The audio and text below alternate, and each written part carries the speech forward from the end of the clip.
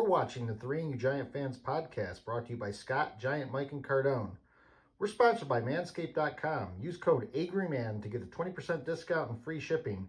And download our audio podcast at Apple Podcasts, Google Podcasts, or wherever you get your podcasts from.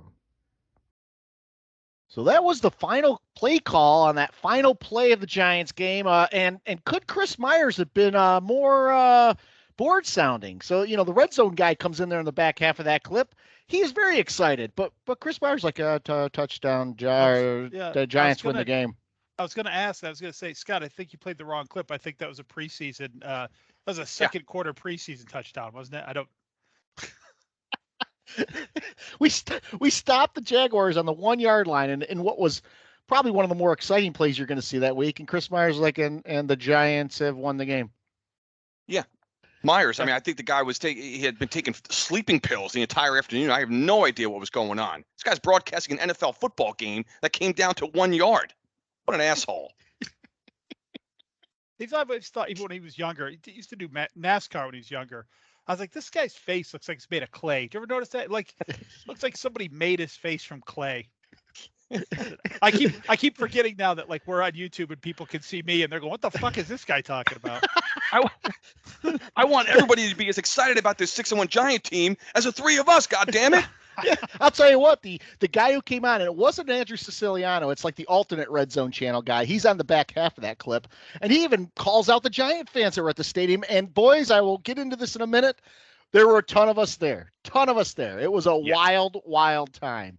So before we get into that, we are the Three Angry Giant Fans. As your host, Scott, Giant, Mike, and Cardone. And let me give a quick shout out here because it's going to be an ode to one of our players as well. So hello, Bollinger, Texas. So an ode to Daniel Bellinger, who we'll get to in a minute. But I don't have a whole lot on Bollinger, Texas. It's right in the middle of the Texas, right in the middle of the state. Population 4,000. And we got listeners in Bollinger? We got a listener. All right. They're balling in Bollinger. All right, we'll take it. Thank you, Bollinger. Scouting us for the Cowboys. They're like, hey, this team didn't look that good when we played them. I got to check this out. So we are 6-1. I guess we came in a little angry sounding at Chris Myers, but we're 6-1 right now. And let me give you guys a rundown of what I did this weekend because I was at the game in Jacksonville. So picked up my son Saturday morning in Clemson, drove down, got halfway down, stopped and watched the Syracuse Clemson game. So already, he's got his Trevor Lawrence jersey on, Clemson style, so we get to Jacksonville about 6:00 that night. Meet my friend John and his wife Amy out at this bar where they're doing a Big Blue takeover. So it was I think the Bay Street Bar and Grill. Great group of guys organized this, and I'll call them out in a minute. But we get to the bar, have a few drinks, and it's all Giant fans in there. There's a guy in there with a really long neck, so he just looked like Mike Glennon. I'll touch upon him in a second. So we're in there, we're doing, here we go, Giants, here we go. We're just doing all the chants, having a great time. Well, I leave about 9:30 or so. I guess 11:30. Bob Papa and Howard Cross showed up and hung out with the Giant fans, and there was an O.J. Anderson sighting as well. So I did miss out on that fun, but I don't think I would have been in any shape for the game on Sunday had I stayed too late on Saturday. So we get there on Sunday morning to tailgate, and again it's that same Big Blue takeover crew, and I'll give a shout out to a couple guys. You guys might have met them at the last Panther tailgate, but Captain Bill, who on Big Blue Interactive is known as Big Blue in the Keys. He's actually a fishing boat captain down in the Keys. He does some charters. He was manning the grill. He was cooking fish up. It was great. So there were a lot of. It was him. There's a guy Fred in Florida and his wife Carol. Fantastic people, just had a great time with them. And then there are a few people from BBI who are on there. Dr. D, I got to meet him and his son and his brother. Dutch, who hasn't, I hadn't seen him post in a long time, but I haven't been on there in a long time either, same as Mike. Diver Down. And we get there, and the Mike Glennon guy from the bar is there. And he has got his face painted. He's got this bubble, like, almost looks like a helmet on, and every time he goes to his vehicle, he's coming back with something new on. So like he's got his face paint and the blue shield on, and then next thing you know, he goes into the car, he comes out, he's got gloves on. Then he goes into the car. He's got like these long striped socks on. And then he goes in the wardrobe car and he's got this chain that says Giants on it, and it's got like signatures from people. No, that was Awesome. amazing. His wife had Did he have a string of license plates hanging around his neck, a la No, Joe Rumack? Or is we it did not see license plate guy. No. And actually, someone invited Bobby Skinner, who does the Talking Giants podcast, to come to the tailgate. He never made it, but I listened to Talking Giants this week, and he said, I was looking for the tailgate. I couldn't find it. Dude, I don't know how you couldn't find it. We were right where we said we would be. Giant fans everywhere. I was telling Chris before we came out, I'm like, this was like Carolina, but almost to an embarrassment level. We show up at 8:05, 8:10. The lot open at 8. We don't see a Jaguar fan till a good 10:30. Oh, yeah, of course not. No. Yeah. And then boo their asses. They're driving into the parking lot trying to find a spot with nothing but giant grills and it's just... Yeah, it's bad when your team's in the gutter like that for that long. And it's like the Giants, these other old school teams, right? They've got fan bases going back into the 20s and 30s, right? They're coming to the games. Like they don't come in when the Giants suck. It's not like that place is a madhouse. I've said it before. No one's going to just perpetually keep coming and getting their face kicked in every week. That of course the thing dies down, but teams like Jacksonville and Carolina, man, when those teams stink, it is a morgue because nobody's that bought in. It's the transient city too, right, guys? I mean, we live in one, right? I'm talking, obviously sports wise, right? So we've experienced that firsthand here, in Charlotte, of course. But an old friend and neighbor of mine years ago, as a Steeler fan, he called it the mongoloid factor, and what he meant by that is like the rabid, grizzly kind of like just rugged, just winter cold kind of fan base. Those are the Detroits, the Clevelands, the Buffaloes, the Pittsburghs, the New Englands, everything above in the Rust Belt there. It's the mongoloid factor. And those are the teams that travel well. Those are the teams that, they don't care how cold it is, giving me a frozen Miller Lite, at 8:00 in the morning. So like down in the South, you're not getting that in Atlanta, Jacksonville, and Tampa, and all these, the Sun Belt cities, so couple that when the team is going well, like the Giants are right now.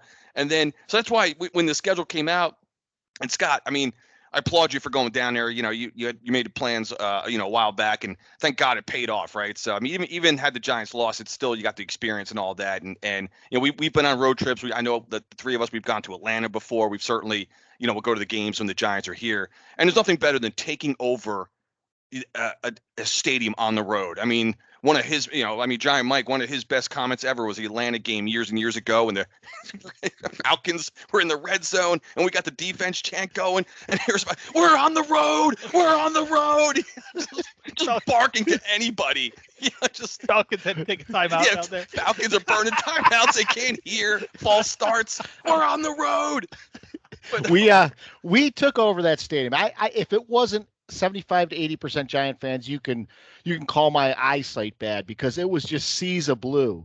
And even in my section, there were 4 Jacksonville fans there. That's it that I could count. So it was amazing. Now I will get to this. I mean, Jacksonville, much like I've criticized Carolina before for their like college like antics. Jacksonville is a Mickey Mouse organization with a terrible fan base. So here's one of the things that they do, and it's incessant. They do this every like 5 minutes. They just start chanting Duval, and it's like Duval. So it's not a former player, it's not a current player, it's not even golfer David Duval, who I think does come from Florida. It's the fucking county that Jacksonville plays in. Oh. Yeah. Can you imagine Giant fans getting everyone up going Bergen? How did that get started? I have no clue. It is the most ridiculous chant, and they're doing it at like they're doing it on like 2nd and 2 for the Giants. Duval. It's like shut the fuck up. Who's that proud of the county that you live in? You know what I mean? Like who gets that attached to the county? Mecklenburg. I mean, the three of us don't even live in the same county. Like, what difference does it make? I don't understand. I don't know how that gets started. I don't know. Like it's just one person started doing it one day, and everyone else is like, "Oh yeah, How does that catch on?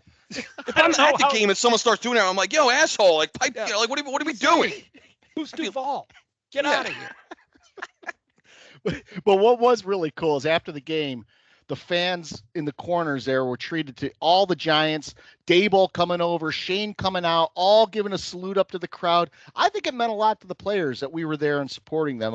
Daniel Jones in this game, we'll get to it in a minute. He showed a lot of emotion. I don't know what got up his ass, but he was you could just see he was very emotional. Maybe that's because I'm at the game and I'm not usually there, but he did a lot of different things. But Chris and I have always gone off on those football fans around you where we go like, no football knowledge whatsoever. So we're saying there, and the two Jacksonville fans behind me would not stop calling for ETN to be benched. He was like the lone bright spot for this team. And every time he got the ball, stop giving the ball to him, bench him. We need to see Robinson, who they're not going to see anytime soon since they just traded him to the Jets. ETN, 114 yards, a touchdown. Come on. There are some fans, there are some things that happen when you go to these games and you meet this. First of all, anyone who knows me knows a stadium full of people is like, seriously, is my nightmare. That is, there's a massive humanity I don't want to deal with at all. But then you actually talk to some of these zombies and the things that come out of their mouths, man. Oh my God.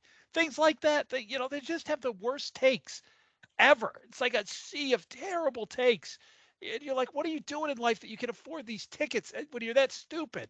I had to give it up for my son because the one guy next to us, he kept saying the same thing over again. Make Jones throw the ball. Make Jones throw the ball. And then he'd complete a 3rd and 15, and Chris would just look at the guy and like give him a hands up signal. Like, dude, do you want this? Is this what you want? Keep asking. Love it. We were saying on the first drive, like, all right, like we're going to see 8 guys. We're going to see every defensive game plan we face, and we're going to get into this, guys. I know, but they're out to stop Barkley. We know that. So on the first drive, I was saying to Mike, we were watching a game at our favorite, sports bar, of course. And I said, fine, do you want to fucking like throw 8 in the box? We'll throw right the fuck over top of you then. We'll do it. And Jones, that's exactly what he did on the first drive, and he continued to do it the entire game. So it's looking awesome right now, guys. It's just looking great.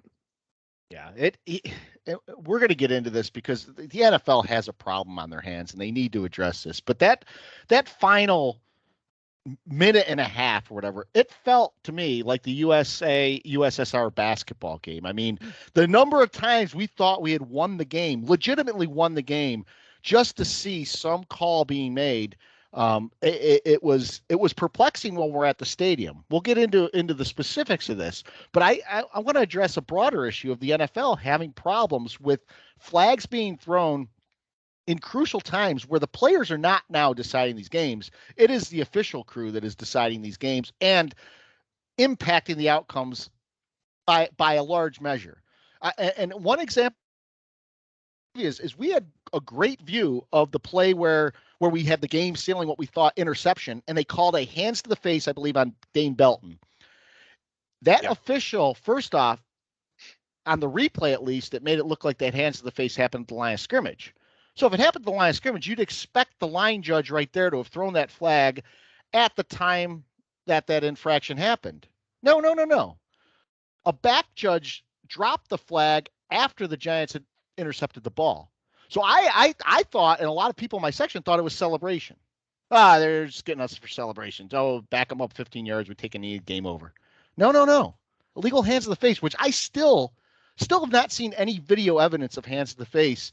And had there been anything, it needed to be obvious. You cannot continue to call these fouls that impact the game away from the ball that have no impact on a play.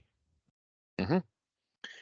We always say in that situation when it's off screen, of course, right? When you're at the game, it's hard to see. Obviously, you're following the ball and the play, especially when it's on the other side of the field.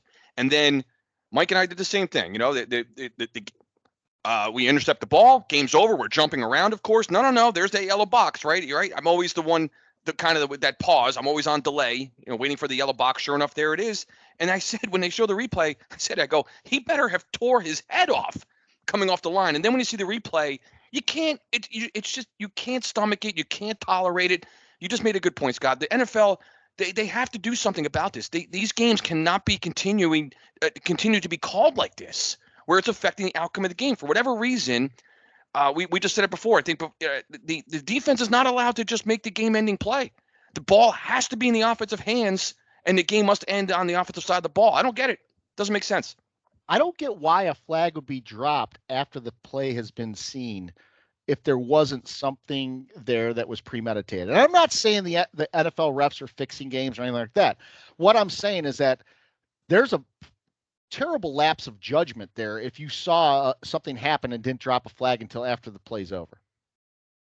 Guys, I'm not going to say much on this because I believe I'm on record a lot on this topic. But yeah, in the hands of the face is just a new weapon in the arsenal, right? Anything they were going to throw a flag on that play, no matter what happened, and it's you if you watch just Giant games, you'd see it, but it's not just Giant games. This is happening across the league in every game.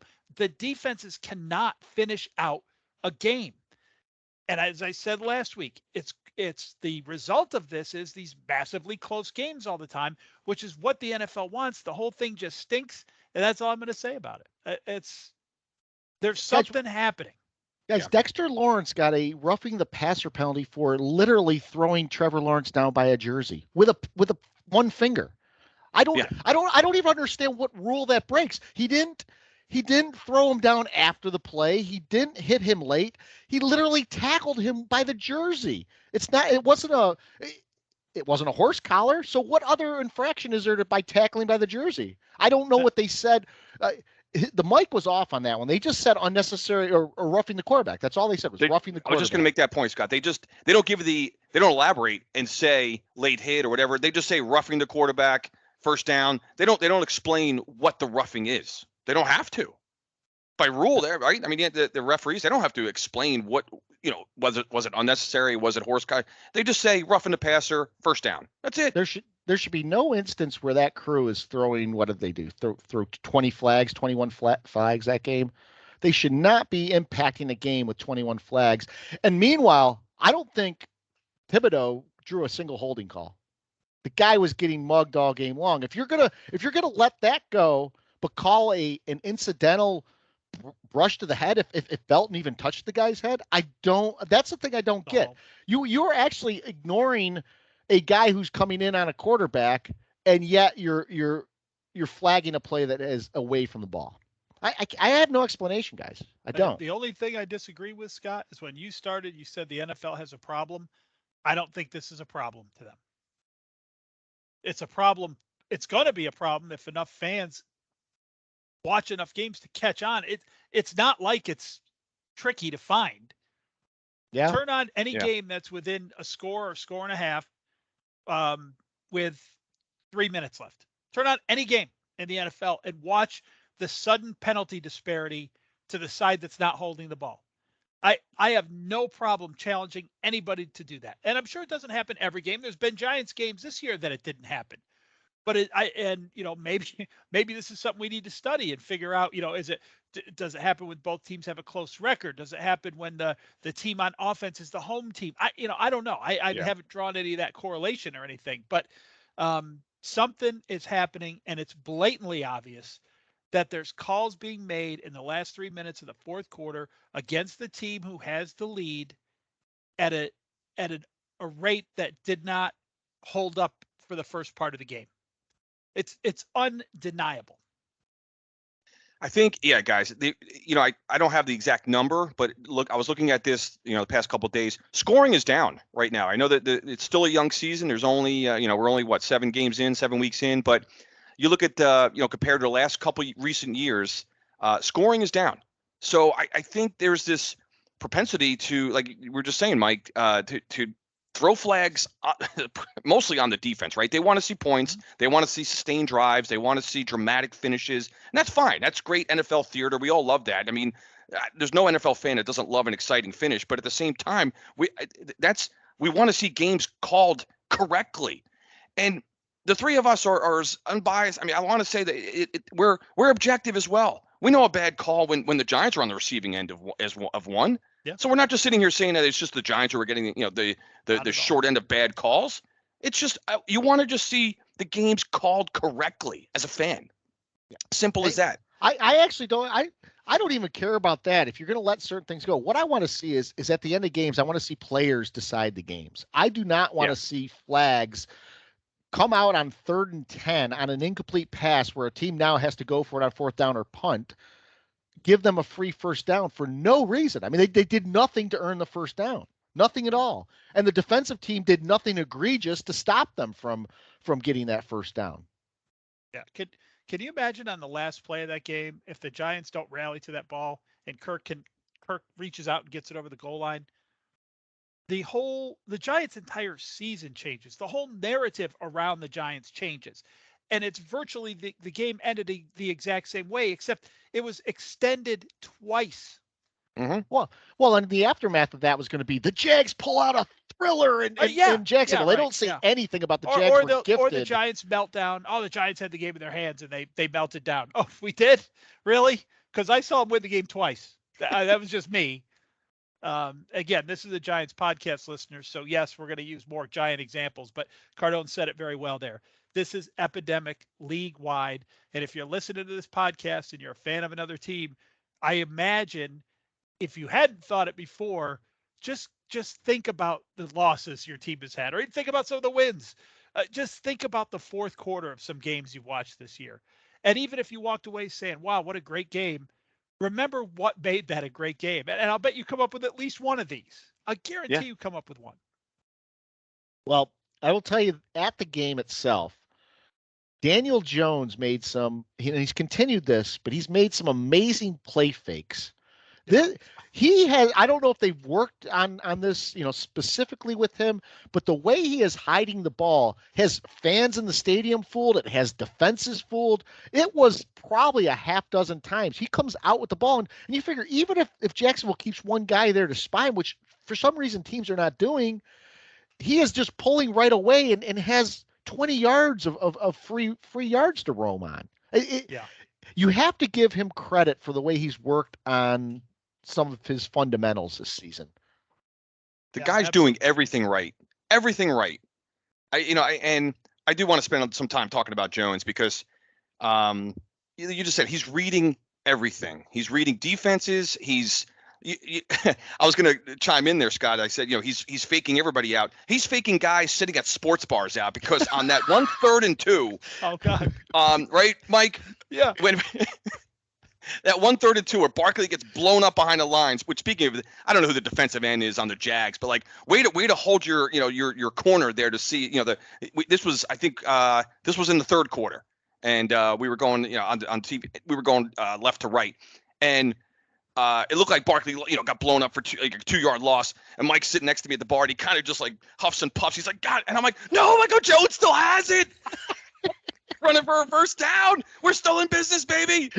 So I did. I gave up. I'm like, gee. Starting to get up and go to the bathroom. I hear Cardone behind me going, "Hey, Jones has got it. He's still running." I'm like, what? So that's a good call, Scott. Yeah, that totally got me. I think that same play got the people in the stadium too, though, because I think people on that one, especially Jag fans, were like, "Woo!" And then all of a sudden, like I noticed, I'm like, "Wait, Jones still has the ball." It was like a 20-yard run or 23-yard run. Yeah, good stuff. This is what's going on with Daniel Jones because I've always loved good quarterback play, and I want to sound, for our listeners who've been listening to this show for a long time, I think I can safely say that.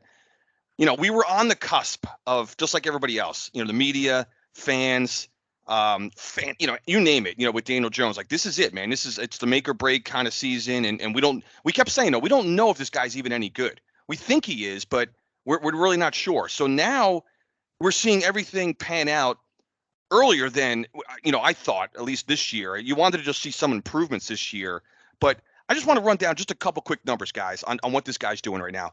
NFC Offensive Player of the Week, well earned. He got that this week. So now the media is starting to recognize what's going on. But I just want to highlight a couple things. These were our we didn't have 1 3 and out on Sunday, okay? And we're doing all this with no receivers, still an offensive line that's a work in progress. and these were our scoring drives. Plays and yards. 9 plays, 75 yards. 10 for 60, 12 for 65, 10 for 79, 9 for 61. And oh, by the way, that doesn't include the 11-play drive, 72-yard drive, where fucking Marcus Robinson dropped the ball on the goal line, where Daniel Jones said, "Catch the fucking ball." I don't know if you saw that. Yeah. Did you see that replay, Scott? You talk about a rare show of emotion with Jones. So this guy, and also now this guy's throwing out, I'm not going to go for each one of these, but the guy, his quarterback rating, aside from the Dallas game where he was running for his life, everything's, like 80 and above. He's, thrown a couple games out there in the 110s and 94. So all these jackoffs again who were saying that he's doing this with his legs or doing it with Saquon Barkley, no. Daniel Jones is winning football games for us. He is. Because I'll tell you what, Saquon Barkley, and how smart and how much we were praising him for making the decision to slide down to the goal line in the Baltimore game, all of a sudden forgot to do that, not once, twice, but fucking 3 times on Sunday against Jacksonville. And that final drive, Scott, he didn't go down. He went out of bounds 3 times when he could have stayed in bounds. I will say this about those plays. The first one I didn't have a problem with because he got the first down. You still are going to need another first down. The second one was probably iffy. The third one, in real time, I was like, he should have gone down. But then he went down and they ran the clock. What I don't understand is why they went back and overturned that, because part of his shin was down before anything else. And you could go back and say, again, we look at replays and say, where is the incontrovertible evidence? I think there was a play earlier in the game. I don't know if Bellinger had gotten hurt yet or not, or if it was Myrick, but they they reversed a call where the tight end said the ball hit the ground. At the stadium, the replay they kept showing, you couldn't see the ball hit the ground. I don't know if you guys could see it better. I think we were down on that one, and then they had an angle right before they went back to live action where we were all like, "Oh yeah, ball hit the ground." I believe that was the one, if I'm thinking of the right one. No, that's the one, Mike. Yeah. It's like they came up with that late, right before they went back to live action, that late replay that kind of showed the ball smash against the ground. But I do agree with Chris's point there. Barkley has to be smarter there. The yards don't matter. Go down as soon as you hit the corner. Just go down. And if you do, you're going to leave your team with 20 seconds left, after the field goal. Yeah. No, looking at it again, Scott, when they first showed the replay, I said to Mike, I was, barking at the bar there. They're going to call him out of bounds because I thought he was. I know what you're saying, Scott. It looked like his shin may have I don't think so, though. I think the way he was kind of spun around, his feet were kind of going, touch the white of the out of bounds kind of first as he was being falling. He was trying to, I think, go down, but it was too late by then. But a couple of things that pissed me off about that play, and we said it right as it happened. I go, if that play happens in the middle of the game at any random point, they're rolling that clock. No one's even thinking twice about it, right? No question that play. But because now all of a sudden, because of the importance of the situation, they're stopping that one. Yeah. I was sort of my football knowledge was in question on that because I didn't think you could actually go and review that play. And at the stadium, it didn't look like they were reviewing it. Like there was no one under the hood taking a look. If you remember, that was it would have been a change of not a change of possession, but it would have been a third down play, and I think it took us down to like 20 seconds, and they let the clock run. No, I think that was still. And then there was a timeout. It would have been. It was still 4th down after that, Scott. So they were still going to kick the field goal, but the Giants had timeouts. The Giants could have I think the Giants would have called a timeout right before, as the play clock expired, and then it would have been down. We did the math. They would have had 25 seconds down by 6 with no timeouts. Jacksonville. The clock went all the way back to 1 minute and 7 seconds, and then we know what happened after that with the freaking hands to the face and the roughing Lawrence and all the rest of the stuff on the last drive. But that's what we had to survive because of Barkley not being smart enough to go down in that situation. Was he not told? That's. Maybe they thought they didn't have to after last week. Yeah. So a couple things that I noticed. First off, guys, devastating from an injury standpoint coming out of that game. And the Bellinger injury, I at the stadium, we couldn't see what happened. My son kept saying that it looked like it was a head injury. We never saw the eye, thank God. But Bredesen hurt his knee. Evan Neal hurt his knee. Looks like both have sprains, not terrible, but sprains of either the MCL or so they're going to be out a few weeks. And I'll say this: Tyre Phillips came in and Izudu came in, and they filled in decently. They picked up those hurt players, and they were fine. And we had a couple catches from Myrick after Bellinger went out. I think that's going to be a bigger problem to sustain that going forward. One thing I did notice on the ETN fumble. So the viewpoint we had a couple of times, Wink's defensive structure looks great. So McKinney is dead middle of the end zone. He's basically even with the goalpost. And he sees ETN break through the line, and he comes charging up there and lays a hit on him that causes the fumble that, Love eventually grabs and then runs out of bounds smartly. But as much as people want to complain about ETN having to hold the ball, that was one hell of a hit that McKinney put on him. And I will say this: watching McKinney from the viewpoint we had, which again was from the end zone, he took bad angles on a couple of other runs in this game. He was not his usual great self, but that one play was crucial at that time. Yeah. The defense, again, that when you're watching the game and the game's over, there's especially I'm thinking of Green Bay, Jacksonville, Baltimore, of course, Dallas, we lost Tennessee. All these games are the same where, you have to keep looking at the scoreboard to remind yourself that we're still in the game. It's these games are like Tennessee, Jacksonville, particularly. We felt like right on the edge of just getting run in those games. And the defense just it feels weird to say they just do enough because we haven't had an opponent score over 23 on us yet. So obviously they're playing very well. They're doing more than just enough, but that's the way it feels during the middle of these games sometimes. And I think what they do is Wink is, I want to say he's attacking selectively, but it seems like he's attacking all the time. But again, I'm super conservative. So, that just looks like a ton of blitzes to me. But the thing is, and I've said a couple times, I think, is especially in the beginning of the year, I'm like, we're going to have to cut back on this blitzing if we keep not getting home. But you know what the cool thing about blitzing is? It changes the play call. Whether or not they block it up, it changes the play call. When you blitz, they have hot reads. It changes everything. And it doesn't even matter if you're really getting there. Now, I think a savvy quarterback like, Brady or Peyton Manning or somebody would realize, I can uncork this thing. This thing is really blocked up well. But, when you're playing, Trevor Lawrence and some of these other guys we've seen, Justin Fields and these guys, you blitz, they have to respect it. And they have to respect it before they know whether you're getting home. That's a realization I sort of had watching Jacksonville this week. Yeah, I think we're giving up a lot of yards. It feels like sometimes. I mean, there's some moments where there's some big, especially on the ground.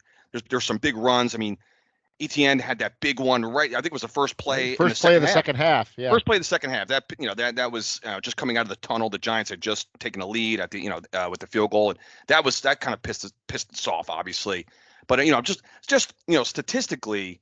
The Giants are 28th in the league in rushing yards against, almost 144 yards, for what that's worth. But what they're doing well is, and we've seen it all year, is they're making plays in the red zone defensively, right? It's kind of reminding me of a team like in the baseball equivalent, like your starting pitcher's constantly giving up base runners, and you're facing guys in scoring position. But then he kind of makes the pitch. He makes the big pitches to get out of a jam and out of a big inning. That's what it kind of feels like, the Giant defense right now.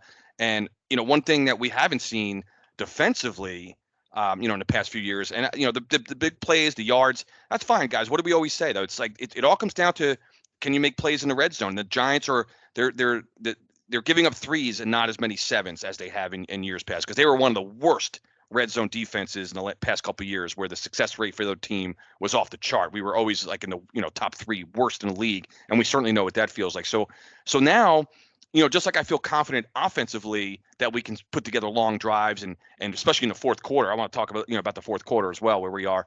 But defensively, I feel like, okay, we're going to give up a couple big plays, maybe get burned by the blitz, like you just said, Mike. If we're not getting home on some blitzes, and Wink's going to stay aggressive. I think right now, if the Giants are smart, and I think they are, Daboll and Wink and all these guys, our staff, they're not going to change anything that's working, right? If anything, they're just going to keep improving and elevating the game right now. So nothing's going to change. I don't want anything to change. So defensively, just keep blitzing, because we're going to have a game where we get 3, 4, 5 sacks. We will, and we haven't really seen that yet. I think because I don't think we registered a sack against Lawrence on Sunday, did we? I don't think we did. We registered 2 that were called back because of roughing the passer. Oh well, right, officially, exactly, registered. I mean, that's yeah. right. Yeah, I'm not sure if we had a sack that was officially recorded. Now, I think what we'll see in Seattle, I think we'll see Landon Collins get a little bit more time at linebacker. This was not a good game for either Jalen Smith or for Crowder. They were not doing well on run contain or run support, and like I mentioned before, McKinney took a few bad angles on plays. Defensive line I thought played well. Leonard Williams didn't have a lot of stats, but Leonard Williams is in there disrupting things again. He looked like he had a couple pressures. They may not have been recorded as pressures, but for my eye, he was getting the quarterback. One thing that was interesting, if you remember going back to the end of the first half when Jacksonville had a possible drive to try and get points, but the clock was running down, Wink was rushing 1, and he was putting the defensive ends on the sidelines, basically saying, all right, go ahead, throw the 10-yard out. We're going to keep you in bounds and let the clock run. Things that I don't think we would have ever seen under the previous coaching staffs that we had. Just stuff that when you're at the game, you're like, oh, this is brilliant. This is brilliant right here. Yeah, we caught that as well. And because everyone says it. How many teams actually do it? Right. Right. And I don't think an offense really knows how to react. To the sidelines. We were right, Mike. We were saying. I'm sorry, Mike. Scott. Yeah, we were saying like just line each guy like just.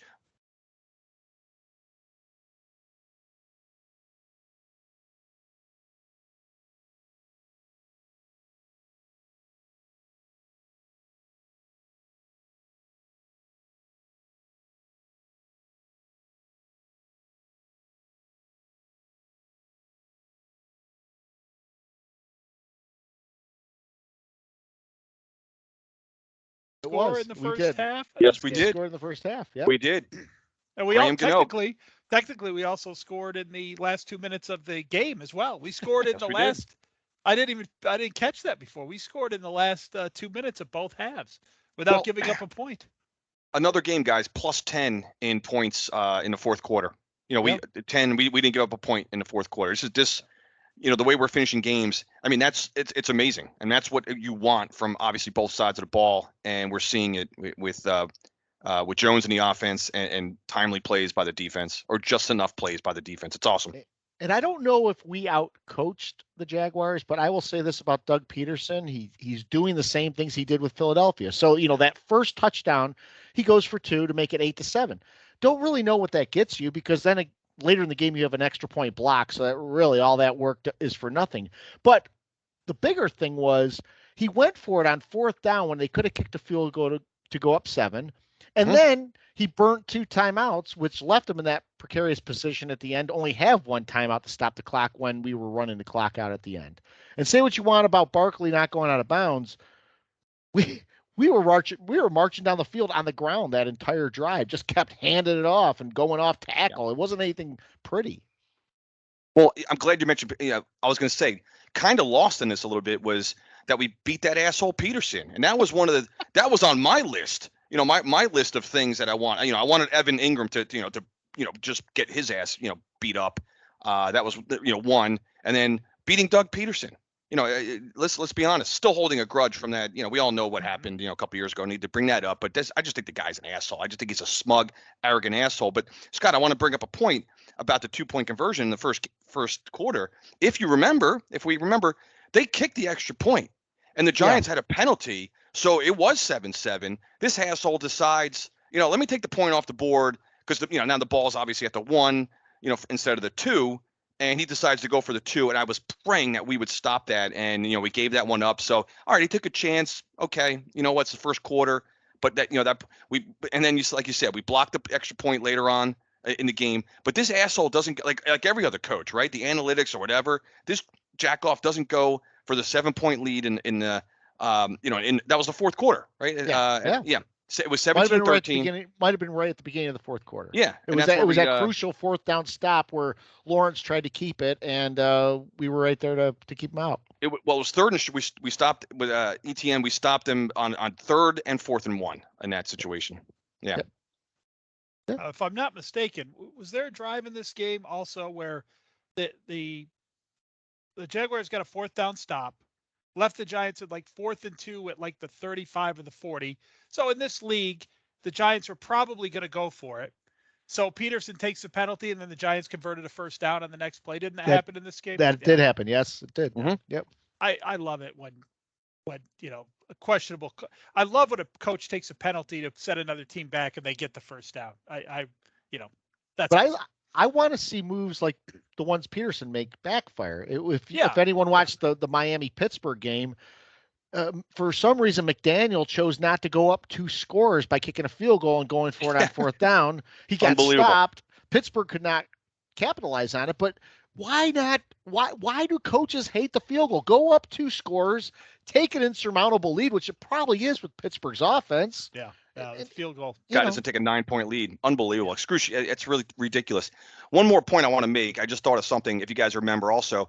So after our defense comes up with the 3rd and 4th down stop, we then go on a 10-play, 79-yard drive. That's when we go up 20-17. Yep. And then if you guys remember, we saw this we saw this with Aaron Rodgers and Green Bay, the same exact scenario when the Giants took a 3-point lead in that game. What did Jacksonville come out? They just all of a sudden they didn't hand off once on that next drive. They went 3 and out. Remember? Yeah. Couple 2 incompletes and a short pass. I said to Mike, yeah, go ahead, Peterson, abandon the run because you're down by 3. Go ahead, asshole. Yeah, you're a brilliant genius coach. Go ahead, just abandon the run, which has been working all day. He doesn't decide to just keep running the ball right there. Well, because you fell behind by 3? All of a sudden, there was in the 4th quarter, there was plenty of time, and he just abandoned it. And I'm like, go ahead. We saw the same exact thing with Aaron Rodgers and Green Bay when we beat them. Same thing. Is that the 5th 4th quarter comeback now Daniel Jones has engineered? I believe I just saw that today. Yes. Yeah. Leads the NFL. Of course, we know what a dirty and ridiculous stat that is, but whatever. I did hear someone complain about the fact that the Giants didn't throw the ball at all on that last drive. Why the hell would we need to throw the ball? You are actually running the ball down Jacksonville's throats. Why would you go? Do you think Vince Lombardi or anyone like that would throw the ball if they're getting 6 yards a clip on the ground? I just don't get this. It's. Go ahead, Chris. No, I was just going to say, again, I'm going to have to stop doing this because as long as I don't know where I'm going to get my my source of venting out from like Sunday night to the Wednesday night when we do our recordings. But I've mentioned this the last couple of weeks, where I'm watching the ESPNs and the social media and listening to some of this stuff. And Dan Orlovsky, what a total douchebag this guy has been. He didn't want to give an ounce of credit to Daniel Jones. Here he is, a former quarterback who kind of has the same kind of demeanor as Daniel Jones, if you will. I don't know what he was like when except he sucked. Except he sucked 10 And this asshole comes out and says Rex Ryan, I'll give this, Rex Ryan and Greeny were given mad props to Daniel Jones. Mad props. And they couldn't say enough about him, so those guys, everyone's, you're starting to see these guys turn the corner, but you still got to have like an Orlovsky out there who will not flip the switch. He won't do it. And he was talking about Daniel Jones, like, well, now he's just at the stage where like he literally said this on air. He's like, well, now, we didn't know if he could be good. He's at the point now where he just doesn't stink. He's just not bad. And I'm like, you asshole. I'm like, this is why I stay angry. Because offensive player of the week. Yeah. I'm sorry. The whole point I brought that up, I brought up Orlovsky for one reason, because you just mentioned he was barking that Daniel Jones threw the ball one time and that he's only thrown 44 passes like in the 4th quarter or something like that. So, all right, Orlovsky. And he talked about the rushing yards, that they were just, they were rushing yards by him. Yeah. Like if that was Lamar Jackson or Justin Fields or Kyler Murray, you wouldn't be saying out of Orlovsky. But because it's Daniel Jones, who, by the way, is the 3rd leading rusher, at quarterback in the league, you can't just acknowledge that, man. The guy, whether it's through the air or on the ground, what difference does it make, Orlovsky? The guy's making every freaking play to help his team win with 4th quarter comebacks, you asshole. Yeah, guys, first Giant quarterback to have 100 yards since like the 40s, 1940s. And 200 yards passing. And he's the first one to have 100 yards rushing and 200 yards passing in the same game. Yeah. Mm-hmm. Which, of course, in the 40s, they didn't throw for 200 yards. So, see, the thing people miss about Daniel Jones is what he is capable of doing by reading the defense, because a lot of these plays that he runs the ball with are not called quarterback runs, they're options. And he always makes the damn right decision. When I say always, I mean most of the time. There's been a couple. I know he should have captured, a couple he should have handed off. But that is, if you're a head coach, you freaking love that in the fourth quarter, especially when you're playing with a leader in a tight game. You know, that is a way to do something other than just hand the ball off and potentially gain yards. It's like throwing safely. It's the same effect. I think people are missing that. Scott, the drive you're talking about that people are mad the Giants didn't throw the ball on. All right, here's that drive. Barkley for 13, first down. Barkley for 7, 2nd and 3. Barkley for 20, first down. Matt Breida for 2, 2nd and 8. Daniel Jones for 15. That's the drive that people are mad the Giants didn't throw the ball on. Just chunking yards. Or that Dan Orlovsky, an NFL expert analyst, is mocking Daniel Jones for it, that he threw one ball in the fourth quarter. This guy's mocking him. Literally, he was totally mocking the guy. What were his completion stats, Chris? Because it's, at least from my eyeballs, it looked like he had 6 drops. We know that Marcus Johnson had 2. We stopped counting at 5. But let's get into the drops because Richie James looked like he had 1. Slayton had 1. Slayton had 1 or 2. Yeah. So Jones, his numbers for the day: 19 for 30. So obviously 11 incompletions, and we're not exaggerating. We're like the NFL keeps that official stat of drops. They had to have 6. It wasn't like 2 or 3. They had 6. So Jones's numbers, and Greeny brought this up, like he was barking at Orlovsky and saying, like, he goes, the reason they stopped throwing because they can't catch. He has no one to throw to. Yeah. Yeah, he was kind of saying that joking around, obviously, but Jones would have had, he still ended up with 202 yards passing, 19 for 30, and then all the rushing yards, of course, and and a QBR or whatever, a rating of 94 or something like that. So imagine if he had even 3 of those balls are caught. He's in the 250 range and completing over 70-75% of his passes. The guy's playing lights out. So I had to laugh. This will sort of take us back to the discussion we had a little bit earlier about the refs, but we were listening to the Jaguar post game afterwards, and Bucky Brooks is one of the guys who's doing the answering to the question. Bucky Brooks, all right. And there was a question from first off, like I said, Jaguar fans sound like morons. Well, this guy calls in. And he's like, what do you think the refs rigged that game in the Giants' favor? Oh my God! And what are you watching? Bucky Brooks goes, did you watch what I watched? He's like the last drive the Giants had, they had several favorable calls go against them. He goes, the referees were terrible in this game. He goes, but there is no way you're going to sit here and insinuate that the refs are throwing games in the Giants' favor when we just watched what the Jaguars did. He's like, get out of here. I hate these kind of fucking calls. Yeah, he's going nuts about this stuff. Rig the game. It would have been super easy to rig the game. You just don't call the roughing the passer on Dexter Lawrence, and the game is over. I mean, that's how you rig the game in the Giants' favor. Don't make a call. They had another caller call in and said, we need to be using James Robinson more. And it's funny because at the time they didn't know James Robinson was going to get traded to the Jets after the Jets lost, the running back. But tough blow for Breece Hall. I know we have some Jets listeners, but Bucky Brooks is like, did you not like what you saw at ETN? The guy had 114 yards. He goes, we should have been running him more. And exactly what you guys were saying about Peterson going away from the run. Why they didn't run him more, I don't know. Maybe they knew they were going to trade Robinson. I have no idea, but Robinson was he was in for 2 snaps. I don't think he was actually credited with a stat because one of the plays he got a ball on a handoff and it was a penalty. I think it was like an illegal motion or something like that. That wiped it off. And another play he got a reception and that was wiped out by penalty. So and obviously from when that trade happened, the talks had been started when the game started. The Jaguars, if they like that trade and they want to do it, they can't get him hurt. Imagine. Well, I don't know if they were in the talks because I don't know when Breece Hall got hurt, but still, it's. Oh, that's true. Yeah, they hadn't played. Yeah. So we talked about the lack of respect last week. we started out as 3.5-point underdogs in Seattle as well. So I think it's down to 3 right now.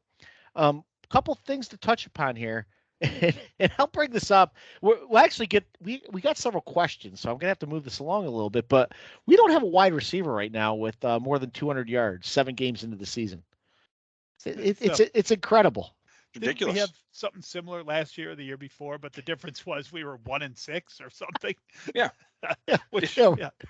Yeah, we're 6-1. We still don't have a guy over 200 yards. Yeah. DK Metcalf's availability is in question, but Tony and Galladay haven't practiced, so I bet you we sit both those out, especially since we have a bye week coming up. Kenneth Walker, he's been running all over people, and that one is a matchup we have to watch because we've been getting abused the last couple games on the run. ETN beat us. I could see Kenneth Walker breaking out a few runs, and Geno Smith is actually playing really well right now. So this is by the way, it's only week 8. We're going to see Jerome Boger for the second time this year in this game. Right.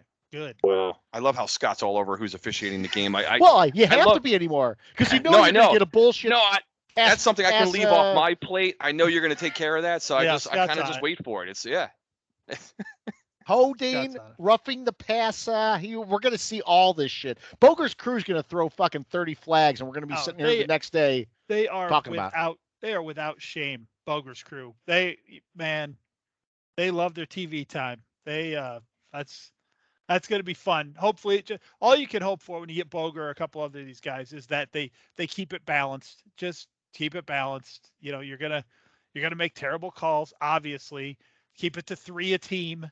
You know, something we could live with. So Mike, what are you looking for against Seattle?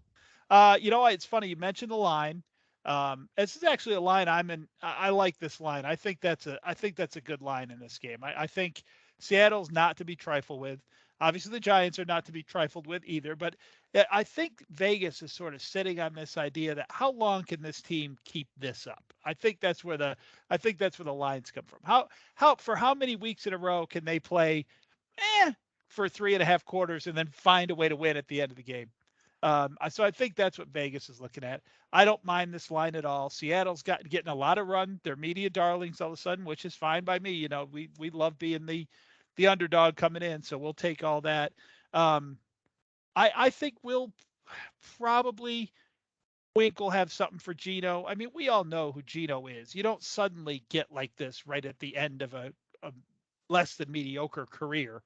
I think Wink will bring Geno down to. I'm not really worried about Geno Smith. I mean, I know he's been great, and I acknowledge he's been great.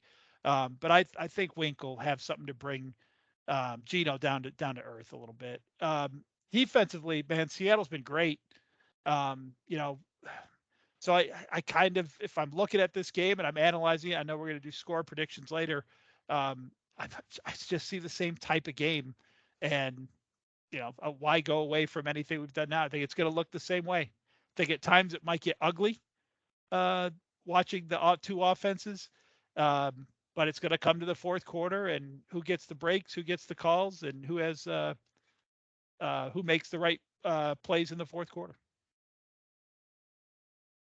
Yeah, I think offensively, I think we can do a lot actually. Mike, you mentioned the defense. I don't know. I'll disagree slightly with Seattle's defense only because again I haven't watched a lot of the Seahawks, but just again looking statistically, they're among the bottom in terms of they give up about 400 yards a game.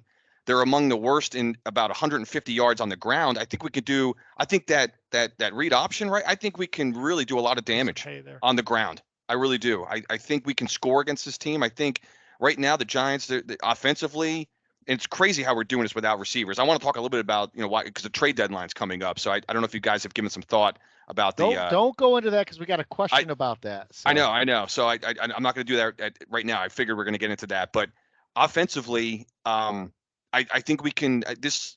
We're hitting a groove. We just mentioned, the drives. We're going on long drives. We're going on drives at 10+ plays. 60, 70, 80 yards. I'm not terrified or hopeless about how the Giants are going to get down like an 80-yard drive anymore. It seemed like that even early in the year. It seemed like that was so difficult. Where now I feel confident that we can put together long drives. I see the same thing against Seattle. I think we can offensively, I think we can really put some points on the board. I'm not saying we're still going to cross that 30 barrier, but I think we can put up the high 20s. 30s just seems like this Mount Everest of freaking, point total for our offense. But, I think we're going to, I think we're going to put up somewhere in the high 20s in terms of points.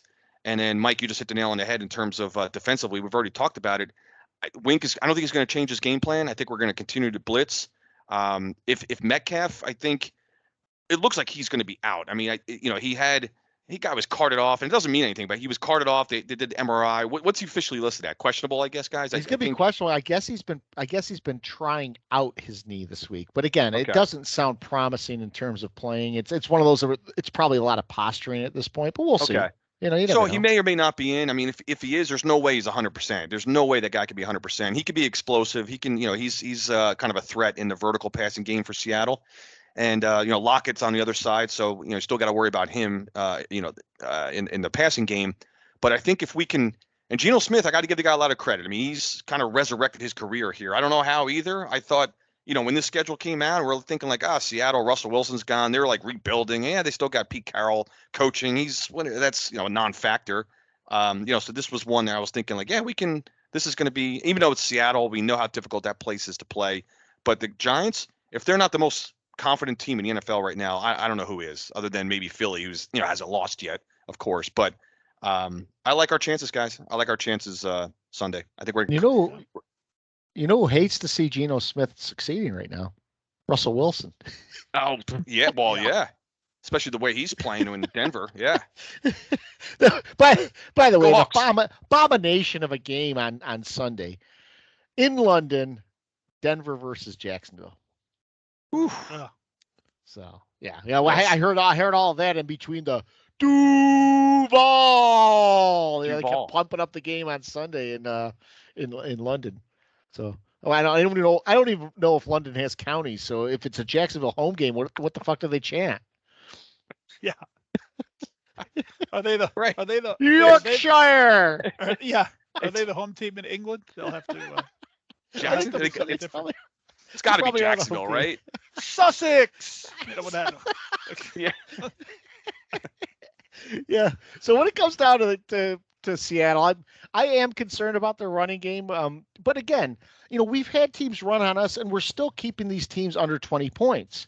Will Dissly and the tight ends have been a strength for Seattle as well.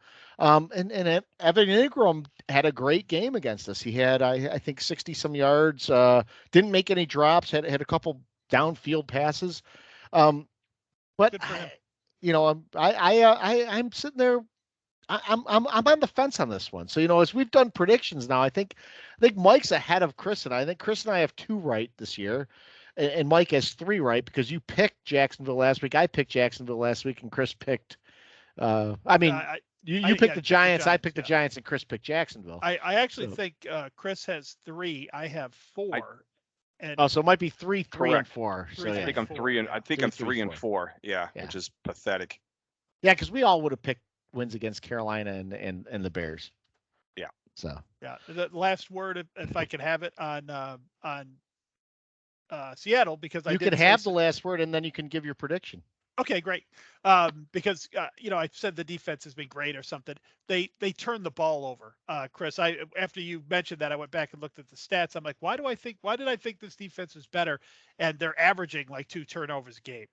Now they haven't had a game this year yet where they haven't turned the ball over. So they've been just as generous as takeaway. But in these days of ESPN, I'm probably watching these highlight interceptions in when they're losing to Detroit or something. So. Who knows what's going on. My prediction for the Giants at the Seattle Seahawks is it's gonna be sort of the same. Let's go Giants 27, Seahawks 21. All right, Chris. It's almost identical what I just had in my head. Now this is gonna. I don't know what I'm doing right now because. I've predicted 3 straight losses, I think, and we won all 3 of those, right? So I was looking at the schedule, but I almost want to kind of continue that trend, yes, because I predicted losses against Green Bay, Baltimore, and Jacksonville, and they were all 3 wins. But I'm going to go against that trend. I'm going to say against my own trend and say that Giants do win this game. I have 27-23, Mike. So I was just a couple points off of your prediction there. And it's just, for some reason I just see the Giants stuck with 20. That's 27 has been in my head all day when thinking about the predictions. And we do not crack the 30 barrier, but I think we make the plays that we need to make enough. And I think we just keep this train rolling, guys. And 27-23 on the Pac Northwest. Yeah. So my friend Bruce was pissed at me last week when I picked the Giants to win because he's like, "Yeah, no, come on, you're breaking the streak here." But we broke a lot of streaks last week. So my son Christopher went to his first Giants win ever in person. He was 0-3 prior to that, and first win ever for the Giants in Jacksonville. Yeah. Which was brought up several times as the idiots were yelling, "Duval!" I just who the fuck chants a county? I still can't get over that. I've never heard of that in any sport, in anything whatsoever. The county. No idea. I didn't even know Miamians or Floridians were like passionate about counties. Well, it's funny. Like East Rutherford, I've probably been to, who knows how many Giant home games in my entire life. I don't know if that is Bergen. Is it Bergen? Because I think it's Bergen County. I think it is Bergen because there's a little like arm of like Passaic County in there. I think. I wouldn't know for sure. I'm actually going by the guy next to me who's from Jersey. He's like, "Fuck, can you imagine if Giant fans started chanting Bergen?" I was like, I cannot. I can't imagine any fans chanting. The Giants would stop playing on the field and look up at the stands like, "What? What are you doing?" Like. So I'm going to stick with you guys too. I have the Giants winning this game.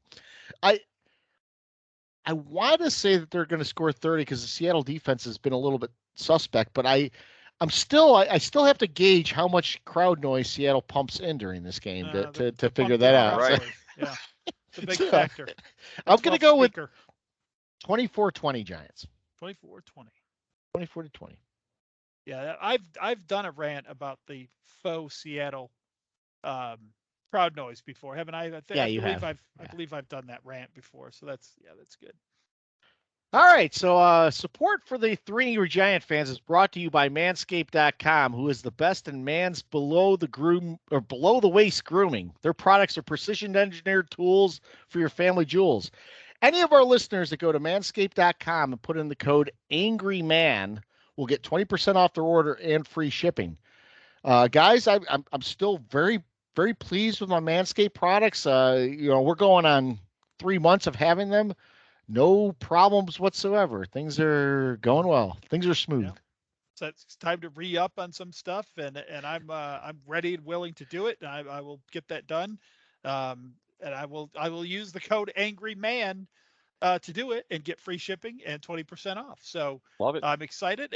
As these guys know, I was a little late getting to the camera today. I was stuck in hair and makeup, but I did want everyone to see the finely shorn. That is a sleek dome. A sleek dome. It's perfection right now. Love it. Nice. Their products are great. Thank you, Manscaped. Love it. The lawnmower, right? That definitely been, got the benefit of that. Certainly, using that one. That's a great product. And of course, I love those boxers. I've said it before a couple times. The boxer briefs. Those, I got to get more pairs of those. So absolutely the most comfortable briefs I've ever worn. You'll love them. Angry Man, 20% off. Order some briefs, boxer briefs. You'll love those things. They're amazing. So before we get to questions and the pet peeves, guys, the NFC East combined right now, 20-7. That's a 741 winning percentage. That is the highest of any division ever in the NFL through week 7. Oh, wow. Since they've realigned in 2002.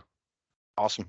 I had no idea. And of course, I hate, and the funny thing is I'm quoting the stat. I hate stats that are like, this is the best we've ever had since week 7. And, it's, tell us at the end of the year. But this has been pretty impressive that we have the Giants, Dallas, and Philadelphia on such a run. And people have to start to look at Washington too. Washington's put together a couple good wins in a row.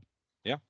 Well, I'm gonna take on that comment. I'm gonna take the Larry David angle of that comment, and I'm gonna say of course, the Giants come out and are good, and we're in the best division of all fucking time all of a sudden, right? It couldn't be 2 years ago when 6 wins would have won the division already.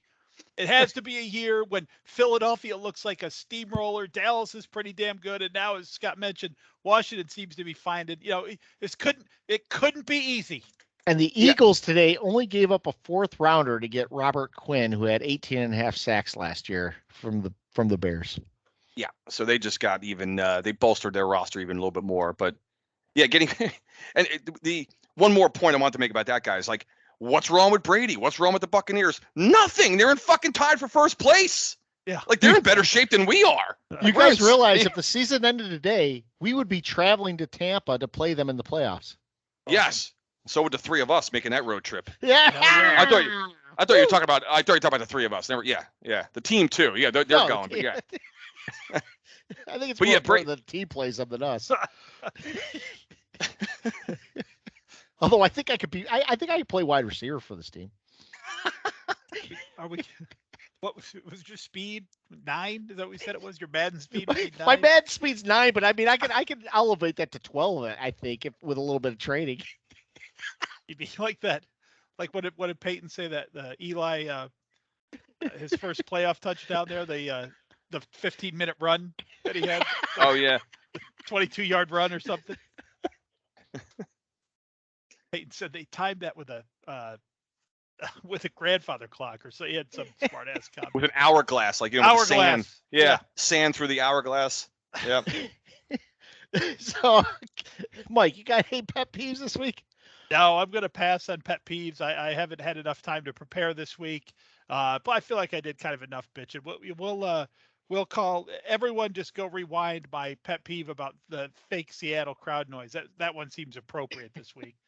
By the way, just so people who didn't hear that, they ain't that loud, and they're not there because the crowd noise is the same whether the stadium's half full or packed. So just and here's a pet peeve. I just came up with one. If they have that decibel meter on TV, I'm going to throw something through the TV. All right, here's how loud a jumbo jet is. Yep. Here's a volcano going off, and here's this stadium right now. Get it off my TV! I swear to God, I can't.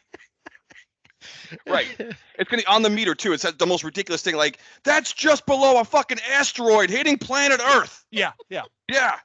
Which is 8,200 decibels. Like what? Yeah. Somehow it's almost the same as a freaking meteorite hitting Earth. And then when they had the beast, remember the beast mode run, which by the way was one of the greatest runs of all time. You can't take anything away from that. But they're like, it registered on seismic equipment down the street. Well, you guys you're about to fall into the ocean. Anything that happens registers on the scale out there. God. That whole part of the country is phony for a number of reasons, but this is the football equivalent of that. So I went from no pet peeve to That was a pretty good one. I like that one. Especially the decimal meter. Like we got a whole section of the country that's going to fall into the ocean, which probably will happen someday. People will be like, "Well, we didn't see this coming." Yeah, how did that really? happen? You didn't see By that the way, coming? When the whole West Coast fell into the ocean, that registered on seismic meter. That's how loud that was. Which is almost as loud as Seattle's last home game. Out of there.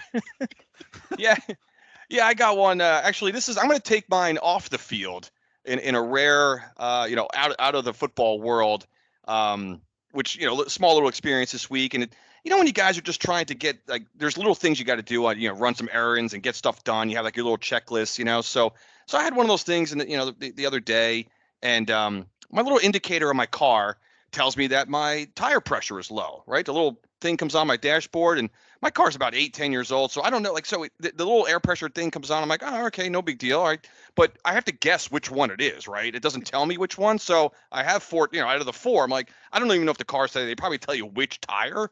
My car doesn't do that. So that's really not even the point of the pet peeve here. So the other day I was making a stop somewhere, and I was like, you know what, let me, so I deliberately bring 6 quarters with me because for some reason I have to pay to pump air in the United States here. So I'm taking the trouble to go through my little dresser there. I get my little 6 quarters. I'm like a little kid going to get bubble gum at the store with my quarters, you know?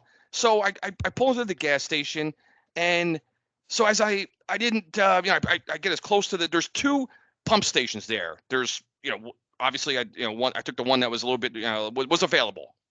So I didn't check to see the fucking, the hose itself or the latch, but you put the quarters in, and you know how the thing just starts cranking. There's no on-off button, so the air just starts cranking, ready to go. So now when I go to my first tire, I'd already taken my little caps off, the little, and I go to the pump the thing, and guess what? The latch is like falling apart. There's no air coming out of this thing. So I got this air. The air thing is cranking away. I have no air coming out of it. I can hear the air, but yet when I hit the pump, it's like a fuel pump. We're just, fuck, there's no fuel coming out. It's not same thing. So I got no air coming out of this thing. So now the fucking machine is cranking away. Nothing I can do about that. My 6 quarters are gone. I didn't bring a spare set of 6 quarters. So it's not like it's not like I can go through my wallet and use like a debit card to be like, screw it. I'll just use my debit. No. The thing just takes it quarters only. So I gotta now wait for the thing stops running. I now obviously don't have new air in my tire, and I was thinking about going into the store itself. It was one of these BPs right near my place, and I was like, the idea of going in and talking to some jabroni to try to get 6 quarters back. There's no way in hell I'm taking that on in my life, right? There's no way. No, so I just gotta drive out of there with the low, but the indicator still, as soon as I turn the car on, the damn thing's blinking at me until I can get to the gas station again, because I don't have my own pump at home here. So I got to stare at this thing on the dashboard until I can find a functioning. Oh, well, by the way, I got to come up with fucking 6 quarters again too. If I go back to the same one. I can help you there. Well, QT have free air. Yeah. QT. QT. Might still be broken, but at least it'll be free. Exactly. So my pet peeve is just shit in society that doesn't work when it should, and you're just trying to get stuff done. Oh, and by the way, it's great. Like I was thought about this even one step further, and then I know we're coming up on time here, Scott. We want to get to some other things, but how about like when I thought about this, where when you see the out of order sign, it's mildly annoying. Like when you go into like a men's room and there's 2 urinals, and you're at the bar and there's a line, and one of them's out of order, but you see the sign, you almost get kind of annoyed and pissed off about it. Like, the out of order sign is so underratedly appreciated. Like, had I gone there, because there were 2 pumps. Now it's probably my responsibility to go tell the guy, hey, this thing's out of order. You might want to put a sign up. I was like, you know what? The hell with it. Next guy. Yeah. Next guy. So I could have benefited. You lost 6 quarters. You can't lose any more time or have to talk to somebody. What did you do? You just got ripped off for 6 quarters. Why are you getting further punished? No. Yep. You did the right thing. I don't even know how I had 6 quarters, but I did. By the way, we're talking about QTs. Jacksonville had a Wawa down there. Oh. Went to the Wawa. Love their coffee. Haven't had it in forever. But having a pocket full of quarters just reminds me of like going to pump some into the NBA Jam game when Starks and Oakley would be like, oh, he's on fire. Yeah. A great game. Tim Hardaway and the Warriors were awesome. They had Tim Hardaway. I can't remember who the second person was. Underrated on that game were the Hornets, because you could go LJ, Larry Johnson. Yeah. LJ, like this, right? 4-point play against the in the playoffs against the Pacers. So my pet peeves are sort of intertwined here, because the Jaguar fans that I talked about earlier. First off, you didn't see any of them tailgating. We showed up at like 8:30. There was alcohol flowing for Giant fans. People were like down and stuff. Blue shots are being passed around. I didn't partake too much because I knew I had to drive 6 hours after the game to take my son home. But there's alcohol flowing all over the place. The people I saw drunk in the game, Jaguar fans. I don't know if these guys are like getting trashed inside the stadium, spending $60 to on their Trulies or whatever they were drinking. It's fucking ridiculous. But what always cracks me up is like the wearing of jerseys in NFL games. This was like being in London. Like we saw a Harold Carmichael jersey. Harold Carmichael for the Eagles. For those that don't know this, that are listening to us, for the Eagles. If you looked at the number of jerseys that we saw that weren't Jaguars or Giants, It was embarrassing. We had people there with like Tim Tebow had jerseys. I get that you're in Florida. But Tim Tebow, really? Yeah, Tebow. Right. We had a Justin Tucker #9 sighting over at Mulligan's on. That's right. Yeah. We did. I kind of admire a Unbelievable. guy that wears a kicker, actually. Well, Chris and I broke that down because we started there. We're like, kicker, what are you doing? Like the last kicker jersey I saw was, all over, by the way, Charlotte, the Panthers Stadium with John Casey jerseys. I mean, that might have been like their #2 seller back in the day. But we decided to let the guy go. If you're going to wear a kicker jersey, it's the best kicker, right? At least it's the best kicker. That's true. So All time. If you're going to go kicker jersey, it's either that or a Ray Guy. Those are the only two kicker jerseys. Yeah. Those are the He's a only Hall two of Famer. kicker jerseys I want to see. So my friend John and I always have this pet peeve, and you guys know it too, where someone has a jersey name on the back that isn't an actual player. And I saw a guy with a 35 jersey for the Giants with the name Lamb on it. I was like, I'm not even going to waste my time on this guy. Well, my friend John gets into the hotel as I drop him off, and he's like, dude, you got to come in here. There's a guy with the boss jersey on. He's like, we need to take a picture with him.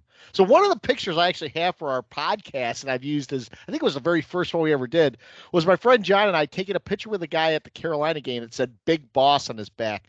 And this guy is like eager to take our picture, like, yeah, this dude wants a picture with us. We were completely taking that picture to fuck with the guy. Big Boss, who the fuck are you? Yeah. Practice squad player? What the fuck's going on with this? So now you met Big Boss and the Boss? The Boss. Big Boss Right. and the Boss. Got to find Little Boss. So we do have several questions this week.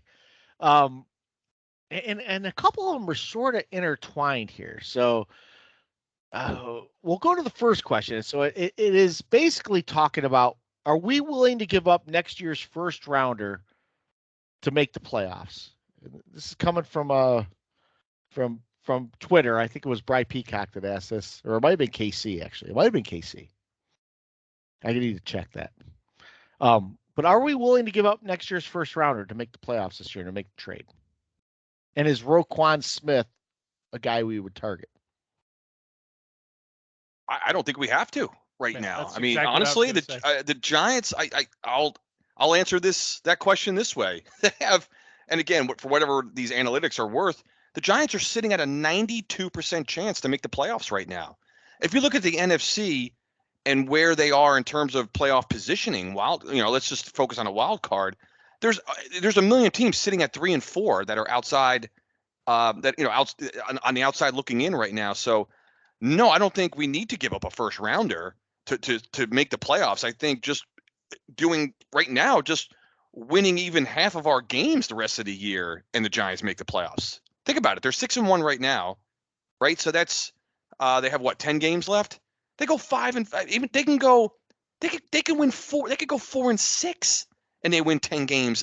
And the way the NFC is setting up right now, based on tiebreakers and stuff, that probably gets them in. I think 10 or 9 even. If you look at 10, some of the teams that are down there. 10, I would almost I think guarantee 10's a it. lock. Yeah. Yeah.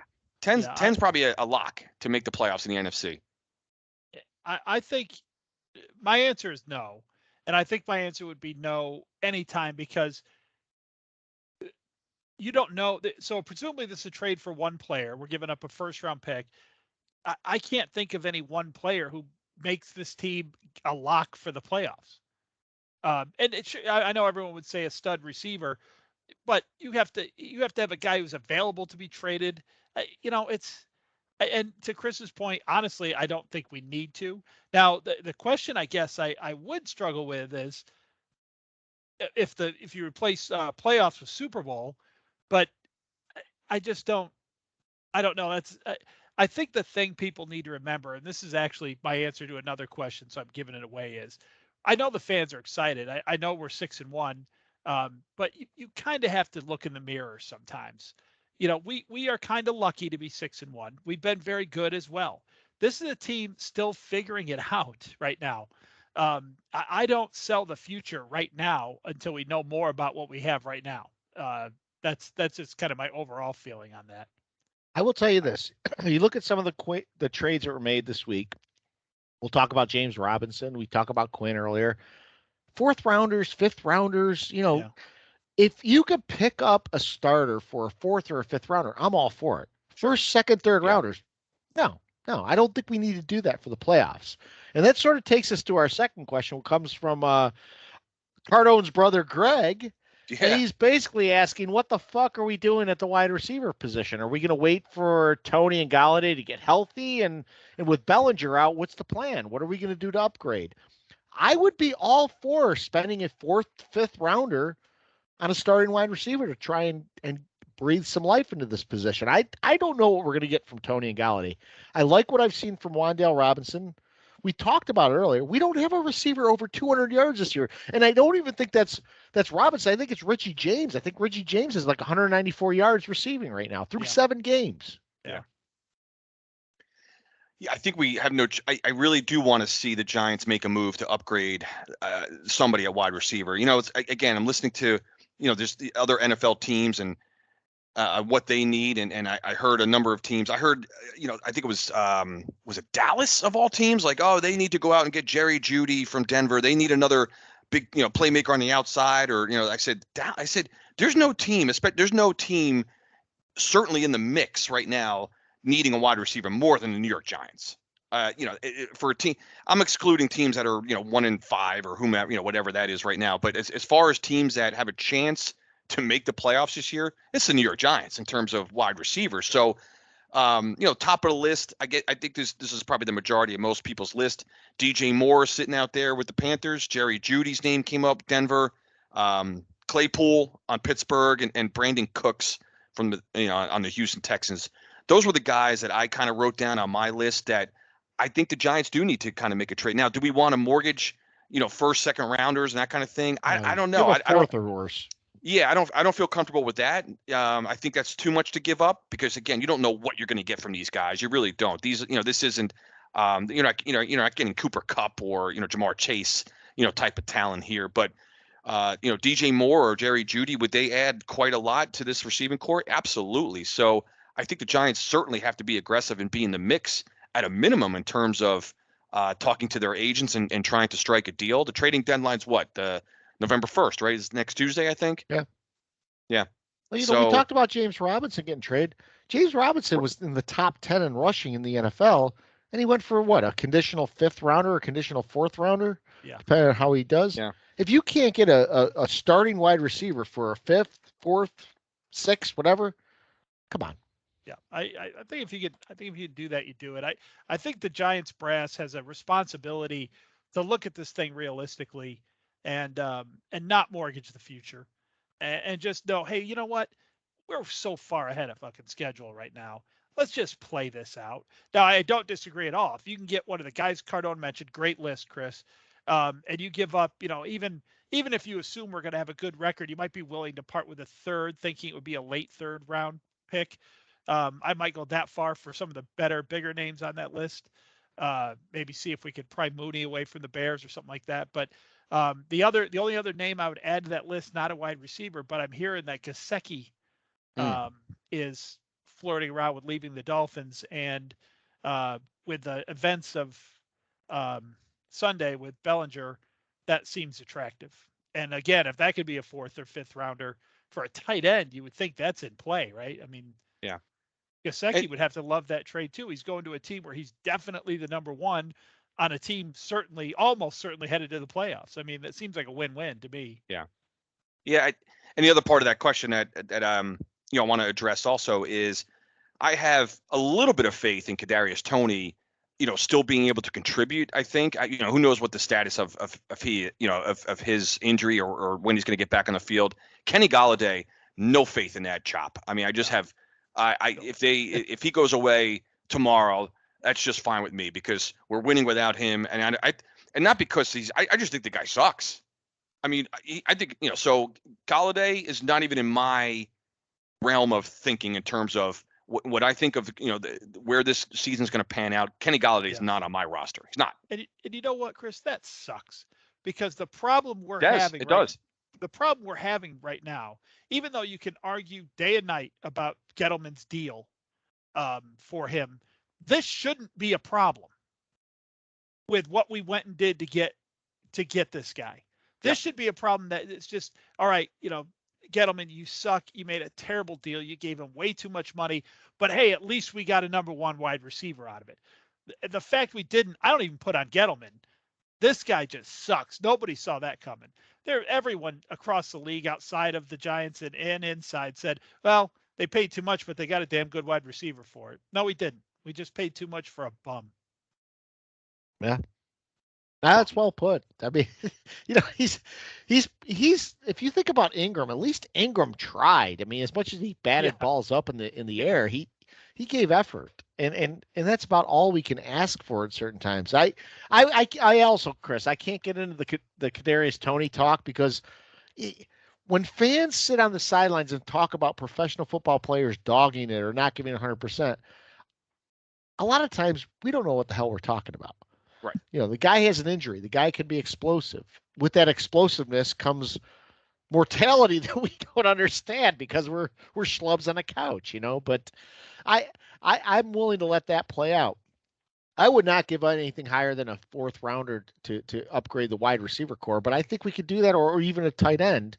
Gesicki's a nice option. I will tell you this: I'm glad I did not see the gruesomeness of an eye injury. Eye injuries, out of all the injuries, are the ones that just haunt me the most. Like I can't even imagine having like my eyeball dangling or something like that, or an eye socket broken. By the way, I don't know what happened with Bellinger, but there's no foul. There's no call on that. Removing a guy's eye. I will say this. I mean, I watched that replay several times. It was incidental, I believe. But here's what I do think the NFL needs to crack down on, because I saw this happen in a couple other games, not Giant related, but other games.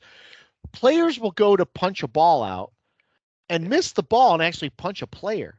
Now, why is that not a foul? I mean, if you're punching someone, I don't care what your intent is, you still punch the guy. So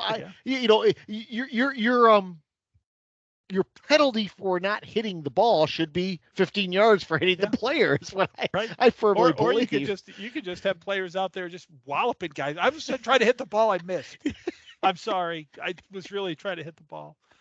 No, I love how Scott said I would never want to see the awfulness of an eye injury, and then the next sentence, I watched that play several times. Well, but I never saw him actually get hit in the eye. I mean, I just saw the hand go in there. Yeah, I obviously didn't, because I'm like, how does someone's eye get removed without it being intentional? But I defer to you guys on that. But yeah, I don't want to. Who wants to watch that? I watched it several times. And on the reverse angle, I used to watch Faces of Death and Faces of Death 2 over and over again. I think Blockbuster had it on reserve for me. Yeah, that was a big score. That was a big score. If you could, get on a Friday night, have one of your friends bring Faces of Death over. That was the monkey brains. Yeah. Gonna be a crazy Friday. You guys got anything else this week? Let's see. I liked early on. Again, I'm not picking on Scott. I really am not. But I like early on when he's like, I had to get going. It's too late for me to be out. I had to get up for a game, blah, blah, blah. And then he's like, but Pop and Banks showed up at 11. They didn't have to be at the game. They were calling the game, for crying out loud. It wasn't Banks. It was Papa and Cross. Oh, Cross. Okay. Well, they didn't have to get up at tailgate and drink, start drinking Trulies and whatever else was going on at 8 o'clock the next morning, probably. They probably did. Well, you never know what goes on in that press box. That's true. Pat Summerall, I'm pretty sure, was pink by the end of the game. Love that man. Murder, she wrote. Murder, she wrote. Stay tuned.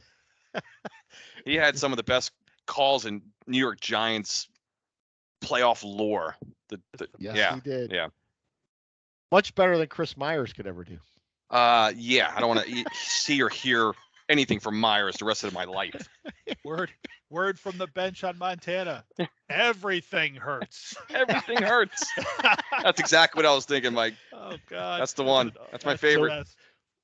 We are the Three Angry Giant fans. Like you guys sent in questions this week. It was great. Hit us up on Twitter at angry_3. And give us a follow on Twitter. We're also on the YouTube. Search Three Angry Giant Fans for a YouTube channel. You'll be able to watch us in all our glory. I haven't watched the whole episode all the way through myself because I can't get past the way I look, but that's just me. I like the backdrop. We found some more critics. I've heard the found some more backdrop. I critics. sort of fade out a little bit. Not anymore. The blue shirt's working for you. Yeah. I like that. All right. Yeah. So next week we'll be back to talk about the hopefully 7-1 Giants, which is just ludicrous for me to hear. But Heading we're playing into a Seattle. Yeah, we're heading into a bye. We will be around for the bye week, but again, we will be back for the Seattle recap next week too. So everyone have a great weekend. All right. Go Blue. Go Blue. Go Big.